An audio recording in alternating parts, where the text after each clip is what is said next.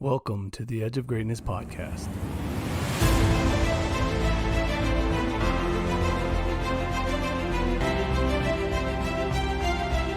The path to greatness is never linear and requires patience and consistency. Join us on our journey as we peel back the layers of success, searching for that elusive core. Each week we will explore a different component of greatness, utilizing experts who have traveled some part of the path that we are all on. We aim to uncover insights into the areas of leadership, coaching, performance, overcoming failure, the power of habits, and so much more. We are all on the edge of greatness.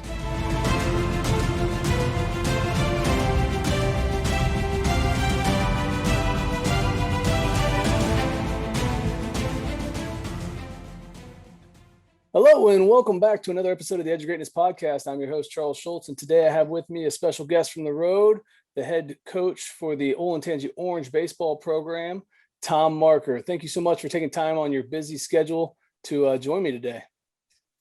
Yeah, I appreciate you having me on. Thanks so much. Absolutely. So I know you were just driving down to Florida from the Vanderbilt camp, and I know you've done several of those.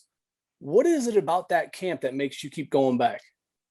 I just think Coach Corbin does a good job of having, the same staff members year after year. So you kind of connect with some guys. You follow them. When you leave camp, you follow their careers, whether it's at the high school or collegiate level. And just the way he allows us to work inside the Vanderbilt, the Vanderbilt program for me, it's 2 weeks, but opens the doors and allows you to utilize their facilities and teach, and then also learn from him. So I think it's a professional development opportunity, in all honesty, kind of a professional development opportunity, as well as a chance to connect with some of the better coaches in the area. Oh yeah. I mean, you can't really beat learning from a program like that. They seem to do it right every year, don't they? Oh, no doubt about that.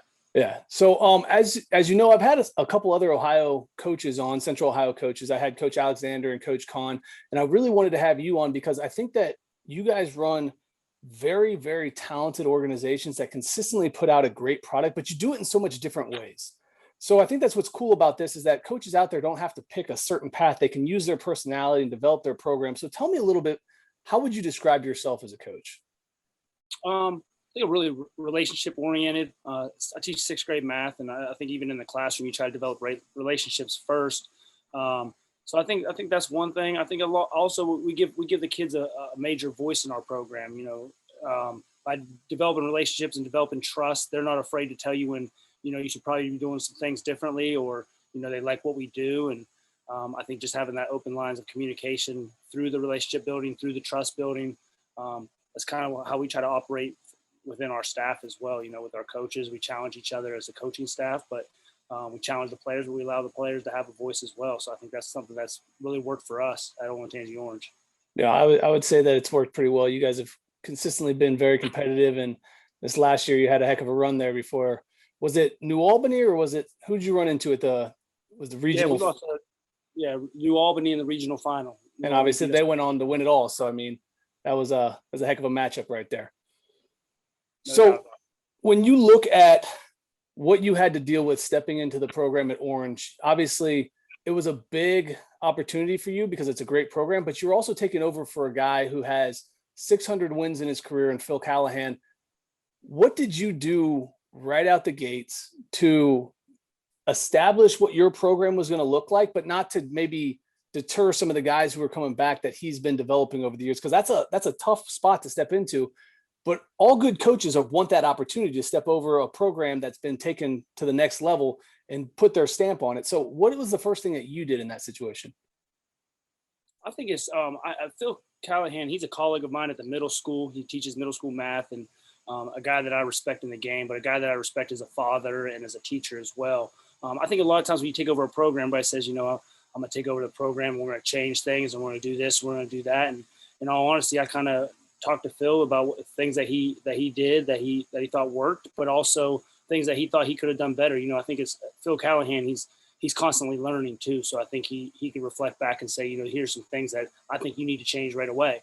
And I think that's part of the reason Phil stepped aside too, is because he said, I've done a lot. He was at the Sales, he won there. He was at Scioto, he won there. He was at Orange, he won there.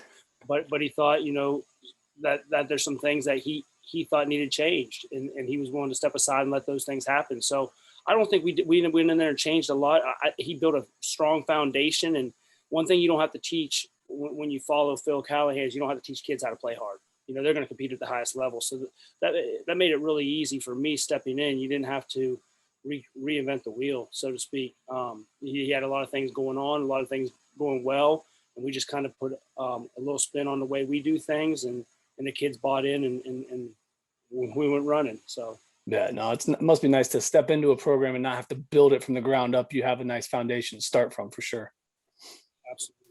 Yeah, and as far as Phil Callahan's team, I played against his Scioto teams when I was coming up through high school, so I know all about how they play hard and put the pedal to the metal when they get the lead. So you got a nice little spot to start from, for sure. So when you look at some of the other organizations and coaches in the area and some of the higher level programs, what do you think sets them apart from some of the ones that are still trying to find their way?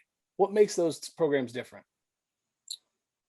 I mean, I would say, like, a lot of times, like even this past year, right? So everybody said, you guys had a great season, and you had a great, that's what people speak to right away. They say, oh, Lancaster had a great season, or Grove City had a great season. I think in those programs, it's not about having a great season. I think it's about having a great year. And I think it starts in August. And for us, people said great season. And I kept trying to redirect them to say, no, it's a great year. What we do, and I think what Corey Kahn does and Ryan Alexander does, Craig Kyle, Jonathan Alder, Coach Newbert, to say, I mean, you can go on and on, is they develop their program from the first day we're allowed to on September 1st all the way through. They're continually interacting with their kids in the summer as well. And they're using baseball as a platform to develop men. That's really what it is. It's we're trying to develop life skills using baseball as a platform to deliver this. And so I think that's the difference. I think it's not just baseball. And there's a lot of guys that I think probably start, on that first day in February, but we're constantly developing individual professional development or personal development plans for our players. So it has goals about what they want to do in the classroom, and goals what they want to do as a brother or a son or in the community. And I think that's the difference. I think the ability to understand that it's a year-long process, and it's not just about the 27 games you play in a season. And I think that's what the best do. I mean, you see, some people laugh and joke about stuff that people put on Twitter, but Ryan Alexander's constantly working with his players. Corey Kahn's developing leaders down there at Lancaster. He's not developing baseball players. And I think that's the difference is the guys that understand that it's not just February to May.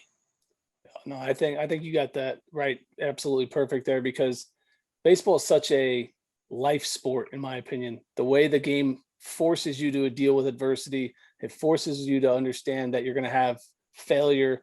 It has you rely on teammates in a way that's not going to maybe directly give you success right away, which is kind of unique, because you can lean on people, still fail, but come out stronger on the other end. And I think baseball is the only sport that happens, because most of the time you're going to see those results in the success column so much faster than in a sport like baseball. So what was that? Failure. No, I'm sorry.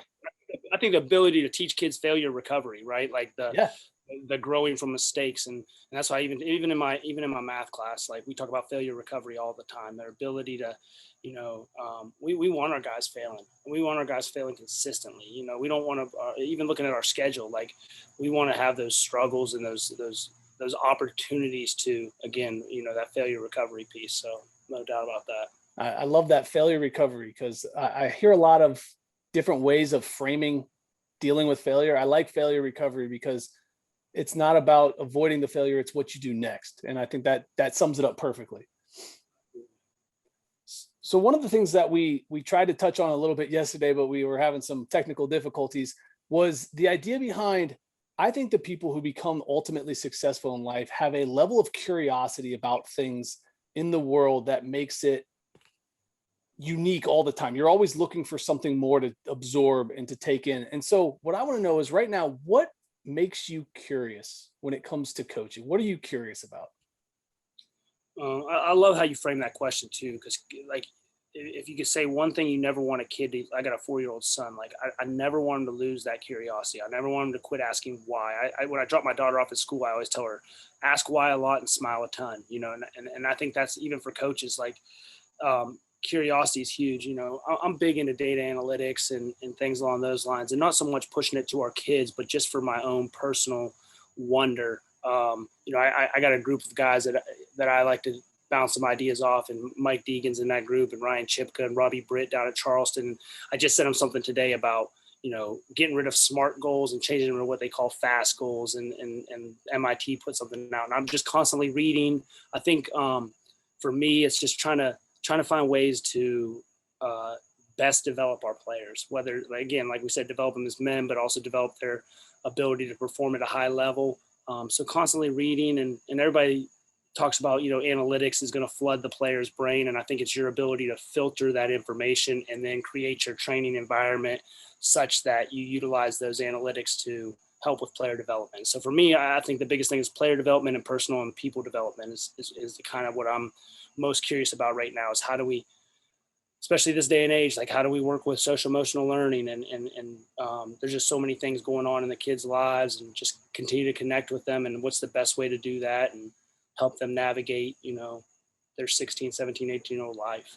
So Yeah, I mean, there's definitely a lot going on with that, and I agree with the idea that they have so much happening, more so than maybe when you and I were playing, with the social media aspect and all the different things that are flooding their brains. And I find it interesting that people want to completely shove the analytics aside, or they want to shove it down people's throats. And I like your approach to finding that middle ground, because I think that if you ignore it completely, you're asking for bad things to happen, because there's too much good information there. But again, if you shove it too much, you're also walking that tightrope. So how do you manage and balance that tightrope for yourself? Is it more, if they ask, here it is, or do you show them certain things, or how does that work for you? In all honesty, so we just got Rapsodo this past year. And so we did a classroom session prior to implementing it, and just said, listen, there's a lot of numbers on here, and people will talk about spin rate, and people will talk about this and that. And I said, just listen, trust us. Just, it goes back to that trust piece. Trust that we're going to utilize this information to create a plan for your personal development. And so you don't need to know spin rate. And in all honesty, you don't need to know velocity. You need to know how to get guys out. And for us as a coaching staff, when we get those reports back, I'll sit down and I'll go into them and dive into them pretty deep, and I'll bucket guys and put them in this. Maybe they're a guy that needs to work on some movement or arm slot or whatever the data is telling me, and then we create their training plan for the next day based on the information. I don't think they need to know it. If they ask, I think there are some kids that are curious, and that's a great thing, but I don't want to overwhelm them either. So we'll talk to one pitcher and say, listen, your fastball is doing this because of this, this, and this. And it might just be finger pressure, but how do we know that? It's because the analytics have told us that. The data has told us, that certain things need to be adjusted, where other kids will want to know more. I think it's just it's differentiation of instruction, just like you would do in a classroom, right? It's no different. So for some kids, it's great for them to know. For others, it's not. For the ones that are curious, I'll sit down and talk to them about it. For the ones that don't want to know and they just want to let it rip, let it rip. But I think for a coach, like it's no different than teachers who say they hate standardized tests. It's no different. I love standardized tests because it's another data point. We're not going to be overwhelmed by it, but it's going to help drive our instruction going forward. So it's just how you take and present that material and how you utilize that material to better your instruction. It's no different than that. So I don't get caught up in the numbers too much where it's going to overwhelm our kids. But for me, it's going to really help drive instruction and create plans. I really love the individualized approach that you have, because I think that's another key takeaway for some of these younger coaches to understand, is that you can't teach all kids the exact same way. There's going to be some individualization if you want to truly get the most out of your entire team. And I think that you've got that knocked down really well as far as what I'm hearing on the approach that you have. And I think that's awesome. So very cool. Yeah. I think it's no different than station hitting, right? So back, when I first started coaching, we'd say, okay, we have 20 guys. We want to be in groups of 2. So let's come up with 10 stations to rotate these guys through for hitting today. And then you got a guy doing top hand one knee swings, or you have a guy doing overload, underload bat, or you have guys that don't necessarily need that. It's no different than a teacher that sends kids home and says, do number 1 through 20 odd. Well, Billy doesn't need to do any practice on 1 through 20 because he's mastered the content. This guy doesn't need to do overload, underload training. This guy needs to be more focused on this. So I think it's, again, you have to be really detailed in the organization of your training. And you have to be really detailed on who does what and when, and it can't be fillers. The kids are too smart these days. They know if they're just going through the motions, they're just going through drills just because you're trying to fill a time slot. It's not a camp. This isn't a camp. This isn't a babysitting. It's a productive training environment. You have to be really strategic about how you set that up. No, absolutely. Absolutely. So you mentioned something earlier when we were answering one of the other questions. You said fast goals, and that's the first time I've heard that term. And I wanted to make sure I circled back to that because I want my guests to understand what are fast goals. Yeah. So you're familiar with the SMART goals, where it's specific and measurable. And it's very similar to that, but it involves, I'm still working through the acronym, but it's more about focused questioning, continued communication revolving around your goal. Feedback is a big piece of it. It still talks about being attainable and specific. Those are still there, but it's more so like a lot of times you write down goals and you don't continually communicate about those goals. So they're just up on the board and you're just chasing after them. Where fast goals are more about the discussion and the reflection and the continued communication and the adjustments as you go through those goals. And so I'll be honest with you, I sent that out. Okay?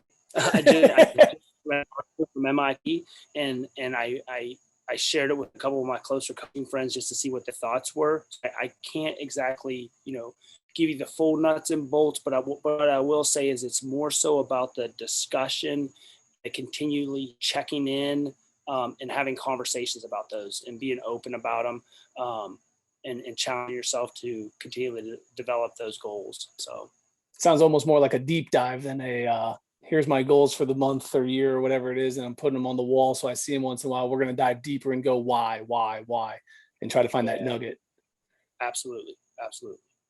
So I was looking at some of the stuff that you had prior to taking over at Orange. I knew you were at Upper Arlington because I got the chance to coach against you when I was at Pickerington. But I found something interesting, and I knew this from before from Noe, but it kind of just sparked my interest. I've realized now that you're from Steubenville, and I played with a number of guys from Steubenville.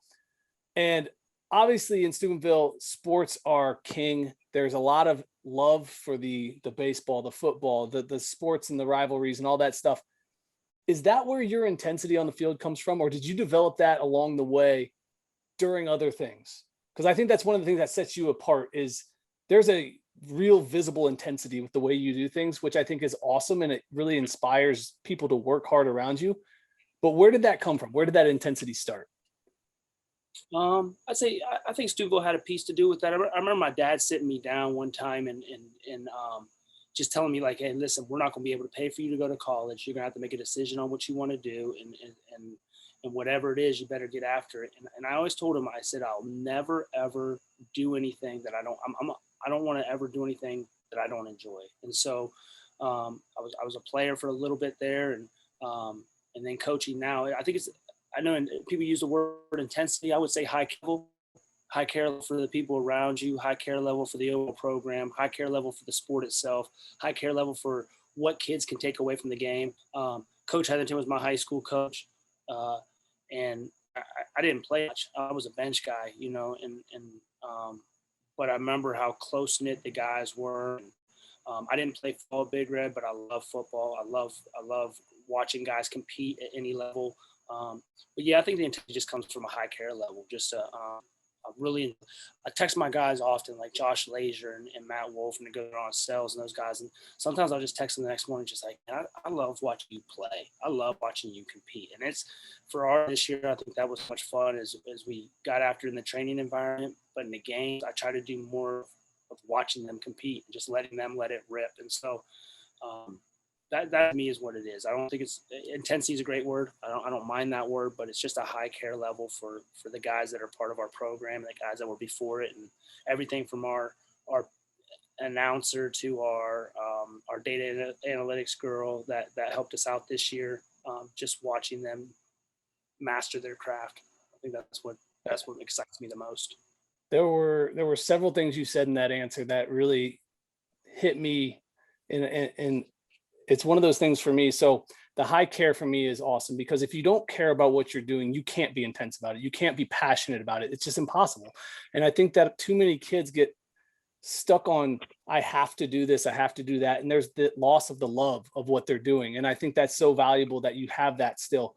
The other piece for me with all of that is I love watching you compete. I love watching how hard you play, because I think that's another thing that we lose in today's game, because it's all about the wins. Especially like you look at these travel ball teams, they go out and they throw kids 100 innings on Thursday and then 100 innings on Saturday and then 50 on Sunday to win a championship, all for a W.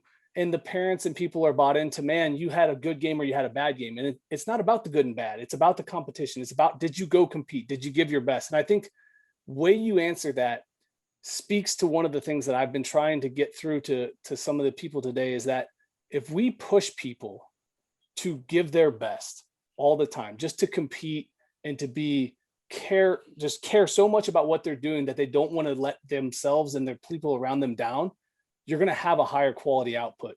And that speaks to me so greatly. And I love that the way you answered that. So I appreciate that answer for sure.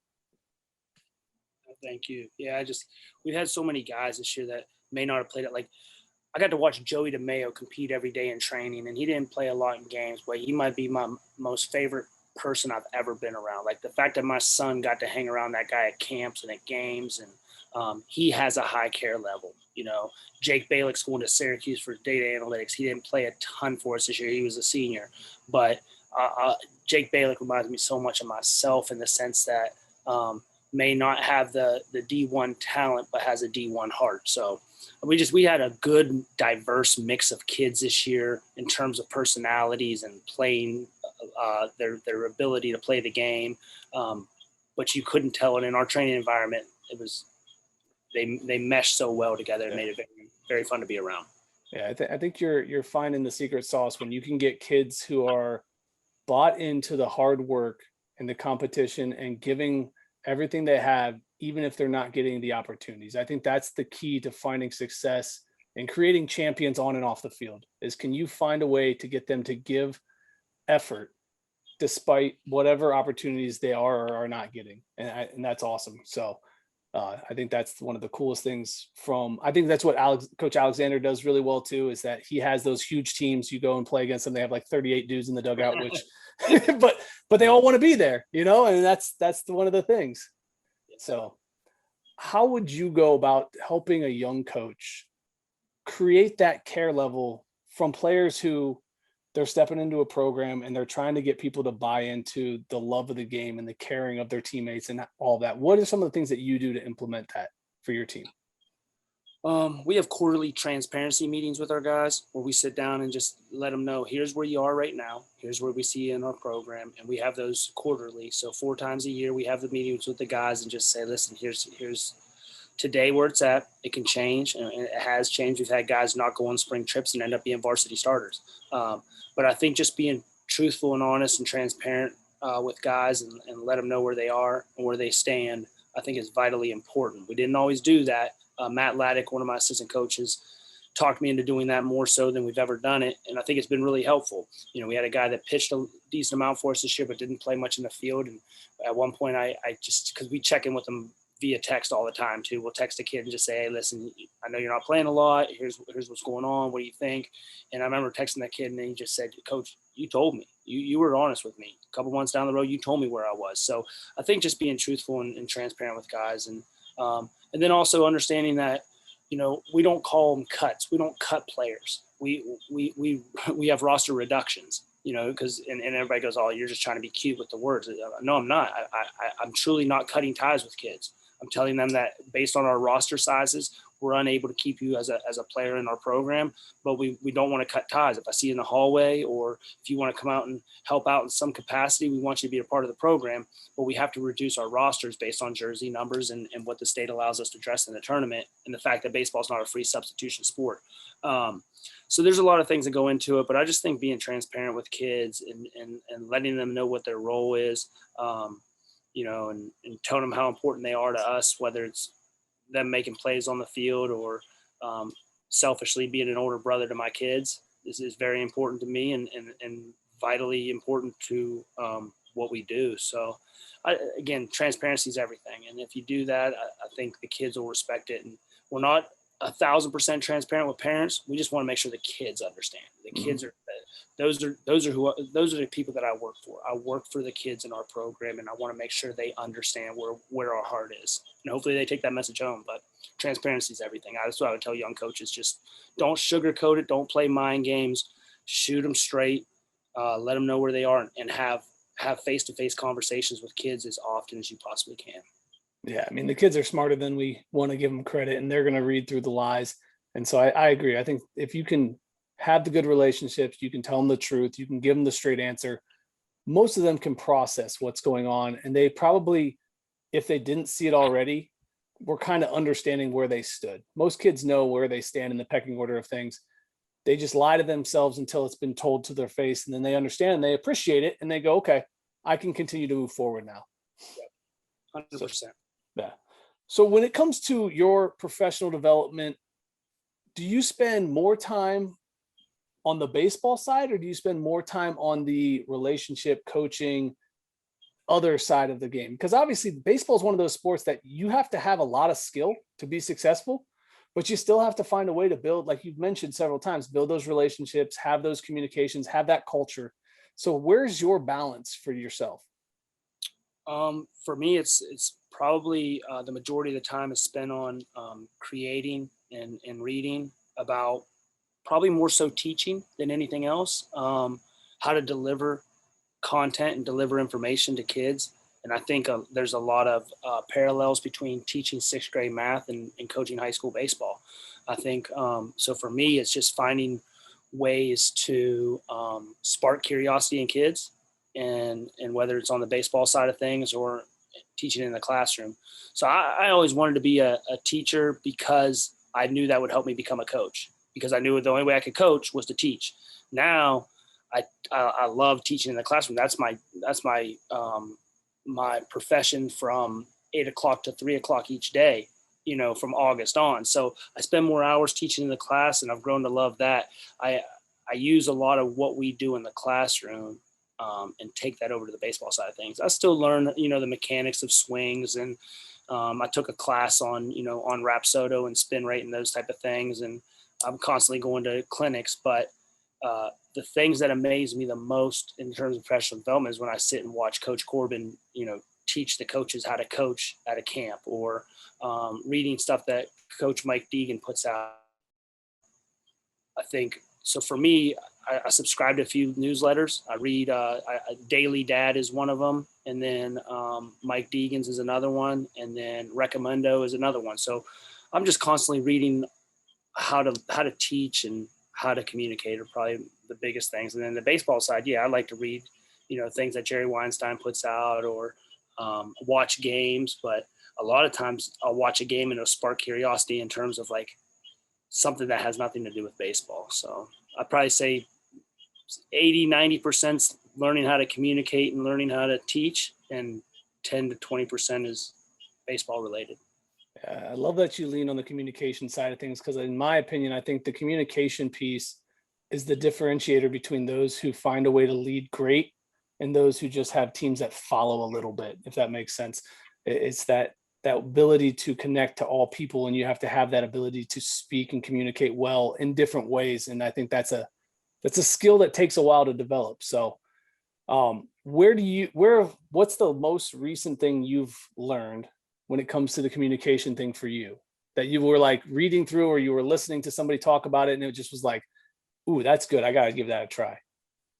I would say I've been really intentional about trying to listen to learn and not listen to respond. I would say like that's one thing I've really tried to work on. I think early on, probably just as recently as last week, sometimes you just listen and you're thinking, okay, what's my response going to be? What's my response going to be? I think sitting back and being intentional about just listening to try to learn and understand, as opposed to listening to respond. Robbie Britt's the head coach at Charleston in West Virginia, and we'll sit in a group of coaches, and I'll glance over and I'll just see him just soaking everything in, and he's very intentional about that. He's super bright. And I think just learning from him about how you gotta you need to listen to learn and instead of listening to respond. I think that's one of the biggest communication pieces that I've really tried to work on. I think that's vitally important. That sounds very similar to one of my previous guests. She was a communications expert, and she says that so often today people start to talk, and the person who's listening is already trying to figure out what they're going to say in response, and they miss all the content. And I was like, you know what? That's absolutely correct. So I'm kind of in the same boat as you, where I've been trying to listen more, and it's been maybe 20 episodes since I talked to her. So hopefully I'm doing a little better now, but it's definitely a challenge because somebody will say something and you'll be like, man, I got something to say and add to that. And then you have to tell yourself, no, keep listening. If it's important, you'll remember and come back. And I think that's one of the big challenges of listening well, is being patient enough to wait to when you can speak, it actually adds value and you bring something to the table instead of just spitting out the next thing that comes to mind. So when you look at what's next for you, obviously you've got a good thing going at Orange. You're building something powerful and strong there. But when it comes to the growth of you as a leader, as a coach, as a father, what would you say is your next fast goal for yourself? What's the next step in your development, in your career, in your life, and what's going next? I would say to continue to find ways to integrate my family into what we do as a coach and what I do as a teacher. Early on, I used to, my wife would bring my oldest daughter to a game, and I'd say, please don't bring her on the field. When we're done, I'll come outside, and I'd be meeting with the team, whether it's down the right field line or in the dugout, and I didn't want her in there. People often talk about work-life balance. I'm really trying to change that to work-life integration. And just integrate my kids into the game. And so I bring my son to a lot of things now, my son and my daughter. I have 2 daughters and a son, but my one daughter is 1 year old. But just bringing them around the group as much as possible. I think my son and daughter are in every word story problem that I tell my 6th grade math kids. They're just trying to find new and better ways to integrate them into what I do on a daily basis. Because I think when you separate the two, that's where you get burnout. And I think that's where you hear coaches saying, I'm going to give up coaching to be around my family more. And I think I'm going to go the opposite direction and try to find new and better and creative ways to integrate them into what we do as baseball coaches. So it just seems as one meshed system, I guess you could say. No, I love that, because I think that's one of the more challenging things for me too as a coach is finding ways to get my family to be around while I'm doing the coaching piece. So it's also something that I'm trying real hard to figure out how to balance that as well and integrate it. I love the work-life integration. I think that's a great way of putting it. And doing that keeps you with the love of the game, with the integration of the family, and it just is the best of both worlds. And I that's something that I'm also trying to develop myself. So that's very cool. What I want to do next is I want to leave my listeners with a chance, if they want to connect with you, if they want to see what you're doing on and off the field, are there ways for them to reach out? Are there things that you want to put out there for them to follow along with what you're doing or connect with you? Yeah, I mean, I'm trying to be less active on Twitter, but I am active on Twitter. It's at Coach Marker. We just got at Bandy Camp. We were making fun of each other because everybody says I'm so addicted to Twitter, which I am. I do a ton of reading on there. I post a lot on there. And then we have our at OO Baseball, which is our Olentangy Orange. We actually have a student that is going to take over all of our media relations this coming year. And so, but he'll put the content out there of stuff that we're doing within our program.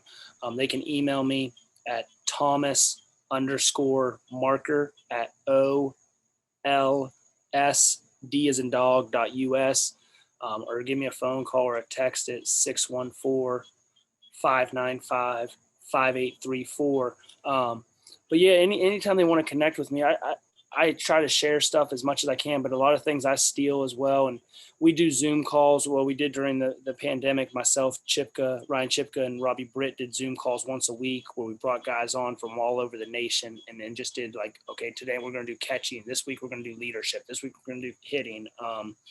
So if anybody ever wants to be a part of that or has any ideas with that, I'm always willing to listen. So that's awesome. I love the Zoom calls, and I like the fact that you're having a high school kid run the media operations, because I'm sure that's something that they can apply later in life. There's so many opportunities to use social media nowadays. And I think that's a really cool development outside of your program to bring people in. I think that's really cool. So, yeah, we had a girl this year, Abby Finch. She was a senior. She did all of our data analytics. So she broke down spray charts and swing percentages and scouting reports and in-game, as well as training videos and statistics. And now she has a baseball scholarship to go to the University of Charleston.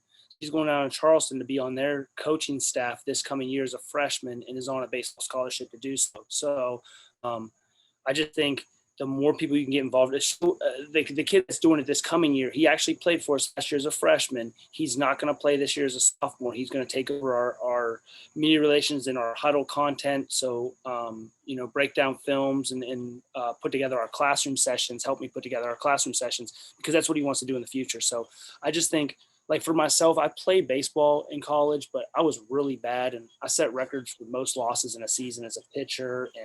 But the reason I did it is because I knew I wanted to be around the game. And so I think nowadays there's so many opportunities to be around the game of baseball where you're not a player. Back then, I don't think I could have gotten a job, but this kid's going to be a director of baseball operations or a scouting director or a recruiting coordinator somewhere down the road. And so as much as I can get them involved in that and show them that there's different avenues to be a part of this game for many years, and it doesn't have to be as a player, I think is something that we should be doing as coaches more often. No, I absolutely love that, because I think as a coach, it's all about building the love for the game. And whether you play at the next level or just high school's where it ends, if you do your job as a coach, your players should leave loving what they did, loving the sport, and wanting to stay involved in some way. Because I think too many kids get pushed away from the sport because of the must-win mindset and mentality, and not the teaching and growing of the game. And I really love what you're doing over there. I think you're doing a fantastic job, and I look forward to watching you continue to compete year in and year out over there. I think it's going to be a fun time watching that happen. I hope so. Appreciate it. Yeah, absolutely. As always, guys, keep reaching for the stars, fall flat on your face. But remember, whenever we fall, always get up. Thank you for joining us today on the Edge of Greatness podcast. We hope you enjoyed today's episode, and join us again next time as we continue to dig deeper into the key components of greatness. The path to greatness is never linear, so remember to keep pursuing greatness no matter what. Keep stretching your abilities, reach for the stars, and fall flat on your face. But no matter what happens, remember, whenever we fall, always get up. Until next time, I'm Charles Schultz, and this was the Edge of Greatness podcast. Thank you for listening to today's episode. Please take a moment now to subscribe, rate, and review our show. We are all on the edge of greatness.